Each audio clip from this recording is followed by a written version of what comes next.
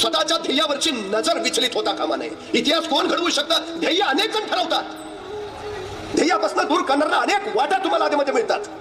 काही मोहित करणारे असतात, काही भीती दाखवणारे असतात, काही घाबरवणारे असतात, तर काही उद्ध्वस्त करणारेही असतात. या सगळ्या संकटांशी झुंजत ज्यावेळी तुम्ही ध्येयापर्यंत पोहोचता, विचलित न होता, तेव्हा इतिहास घडतो.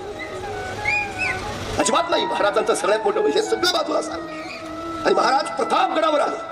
प्रतापगड, आता प्रतापगडच का निवडावा? शेजारी थंड हवेचं महाबळेश्वर आहे म्हणून नाही हो. बिकट आहे, घनदाट आहे, किरदऱ्या खोऱ्यांचा, भयान कडेकापर्यंतचा. दिवसा खवल्या सूर्याची त्या जमिनीवर पोहोचत नाही. माणसाची बात सोडा, पाकळ शिटा फिरकत नाही, असा भयान प्रतापगड नियोजनाचा भाग आहे. खानाला कळाला, राजाने प्रतापगड जवळ केला आणि चौथाळा मोठी जहरी आणि गहरी चाल टाकली राजाने. पण पर्याय नव्हता. अखेर खान आला. जहरी आणि गहरी चाल टाकली राजाने. पण पर्याय नव्हता. अखेर खान आला. अगदी जवळ आला. 40,000 फौजनिशी खान जवळ आला हे महाराजांना उमगलं.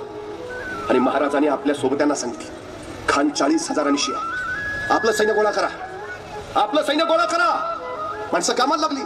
सैन्य गोळा झालं. महाराजांनी विचारलं, ताना किती झाले? तसा तानाजी म्हणाला, राजा 7,500. 7,500?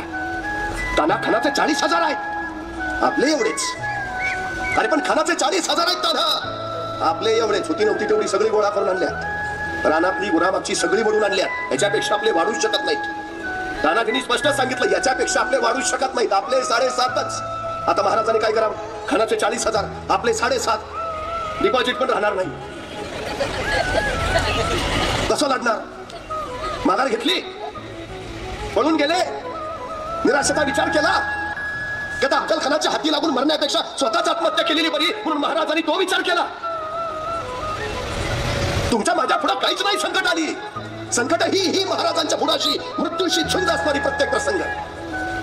काय होतं महाराजांकडे? काही नाही हो.